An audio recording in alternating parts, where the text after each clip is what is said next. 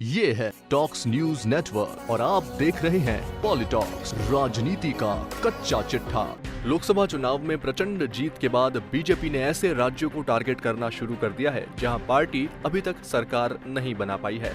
जम्मू कश्मीर ऐसे ही राज्यों में से एक है। हालांकि बीजेपी यहां पीडीपी के साथ गठबंधन सरकार का हिस्सा रही है, लेकिन राज्य में अभी तक पार्टी का मुख्यमंत्री नहीं बना है। लोकसभा चुनाव में मिली रिकॉर्ड जीत के बाद बीजेपी ने जम्मू कश्मीर में पूर्ण बहुमत की सरकार बनाने के लिए कमर कस ली है।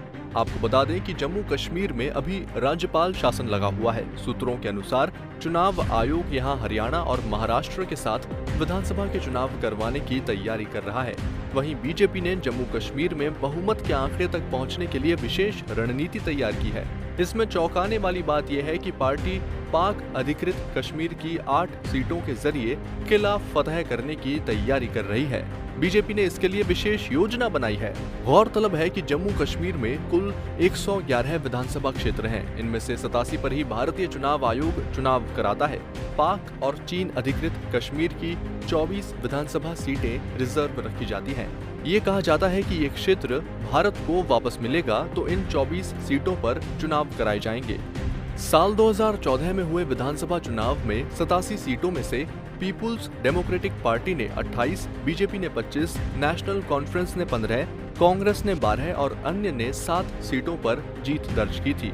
किसी को बहुमत नहीं मिलने पर पीडीपी और बीजेपी गठबंधन ने जम्मू कश्मीर में सरकार बनाई थी। पहले मुफ्ती मोहम्मद सईद और बाद में उनकी बेटी महबूबा मुफ्ती मुख्यमंत्री बनी, जबकि बीजेपी के निर्मल सिंह और कविंद्र गुप्ता उप मुख्यमंत्री बने।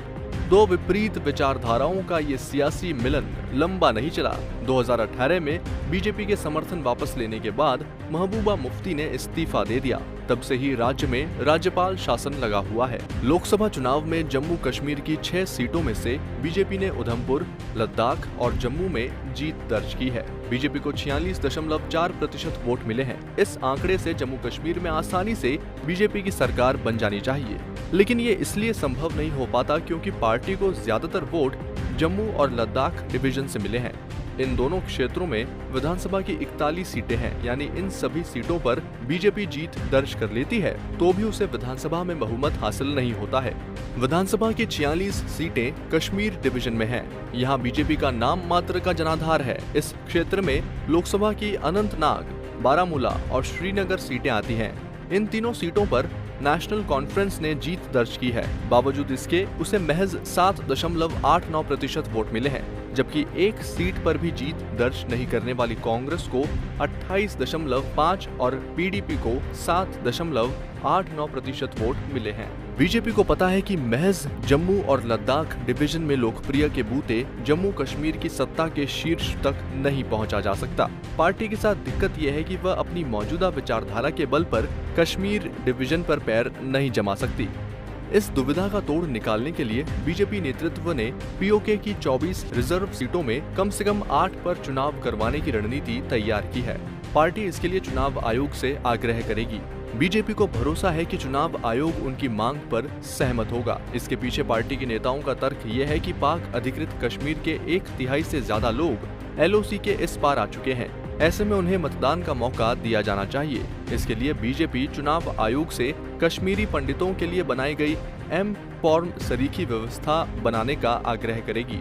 आपको बता दें कि एम फॉर्म के तहत कश्मीरी पंडित भारत के किसी अन्य क्षेत्र में रहते हुए अपना वोट दे सकते हैं। बीजेपी का ये तर्क है कि जब कश्मीरी पंडितों को ये अधिकार मिल सकता है तो पीओके छोड़कर आए लोगों को भी इसी आधार पर मतदान का अधिकार मिलना चाहिए। बीजेपी की मांग है कि पीओके से आए लोग एम फॉर्म में अपने मूल विधानसभा क्षेत्र की जानकारी दें और वोटिंग में शामिल हों। यदि चुनाव आयोग बीजेपी की इस मांग को मान लेता है तो बीजेपी को इसका बड़ा फायदा मिल सकता है।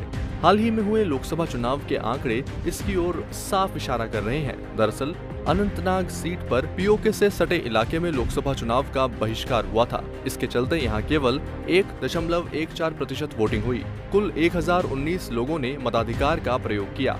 इतनी कम वोटिंग में भी बीजेपी को सबसे ज्यादा 323 वोट मिले, जबकि इस सीट पर चुनाव जीतने वाली नेशनल कॉन्फ्रेंस को 234 वोट मिले।